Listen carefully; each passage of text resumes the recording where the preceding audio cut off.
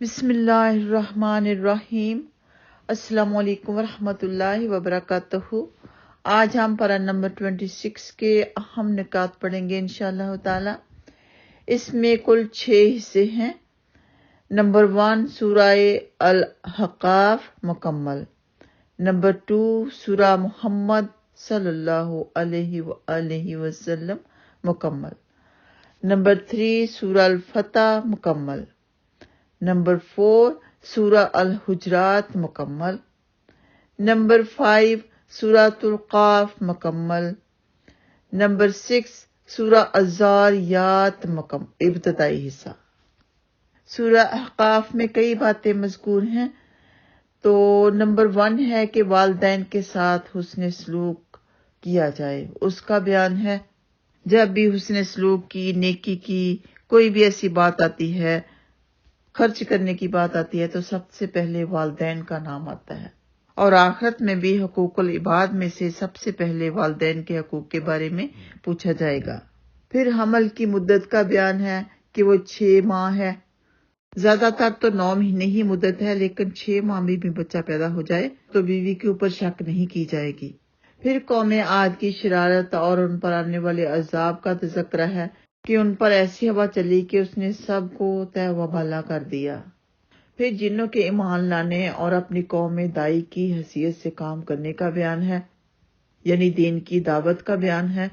پھر اس کے بعد سورہ محمد صلی اللہ علیہ وسلم آ جاتی ہے۔ اس میں بہت سی باتیں ہیں کہ جنت کی مثال بیان کی گئی ہے کہ اس میں ایسی نہر ہے جس کا پانی گدلا نہیں ہوتا، دودھ کی نہر کہ جس کا نہیں بدلتا، کہ اس کا رنگ نہیں بدلتا، شراب کی نہر، خالص شہد کی نہر اور ہر قسم کے پھل وغیرہ۔ پھر اسی صورت میں بیان آ جاتا ہے کہ آدمی جب مال پا جاتا ہے یا سردی اور منصب کا مالک ہو جاتا ہے تو رشتہ کو نہیں نبھاتا۔ پھر اللہ سبحانہ تعالیٰ نے فرمایا کہ اللہ اور اس کے رسول صلی اللہ علیہ وآلہ وسلم کی مخالفت اعمال کی بربادی کا ذریعہ ہے۔ پھر سورہ فتح آ جاتی ہے۔ اس کی بعض باتیں یہ ہیں کہ اس صورت میں فتح مبین ہے، اس سے مراد یا تو صلح حدیبیہ ہے یا فتح مکہ مکرمہ، جیسے کہ مفسرین کے یہاں اختلاف ہے اس کے بارے میں۔ پھر نبی پاک صلی اللہ علیہ وآلہ وسلم پر ایمان لانے اور آپ کی تعظیم و توقیر اور مدد کرنے کا بیان ہے۔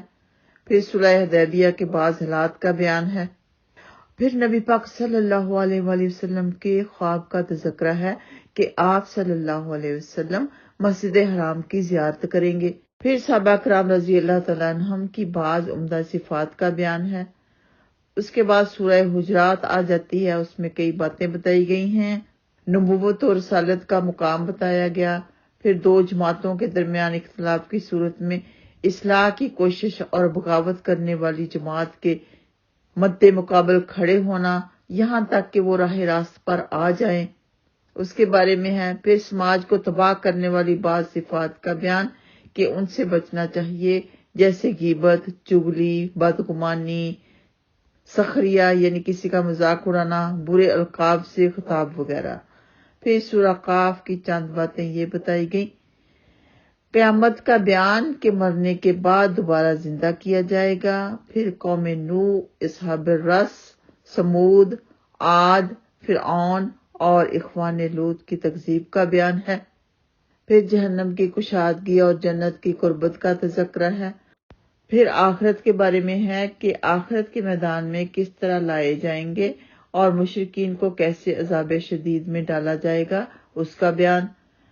پھر سورہ ذاریات کے ابتدائی حصے کی بعض باتیں یہ ہیں کہ حساب و کتاب ہو کر رہے گا، اس سے مفر نہیں ہے۔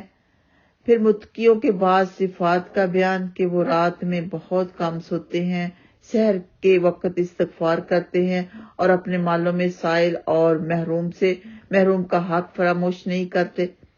پھر ابراہیم علیہ السلام کے پاس مہمانوں کے آنے اور ان کی ضیافت کا تذکرہ ہے، یعنی حضرت ابراہیم علیہ السلام کے پاس 2 فرشتے آئے مہمان بن کر، تو ان کے سامنے کھانا رکھا گیا، انہوں نے کھانا نہ کھایا، اس کے بارے میں پورا بیان ہے۔ اور انہوں نے بیٹے اسحاق کی خوشخبری دی اللہ کے حکم سے، اس کے بارے میں بیان ہے۔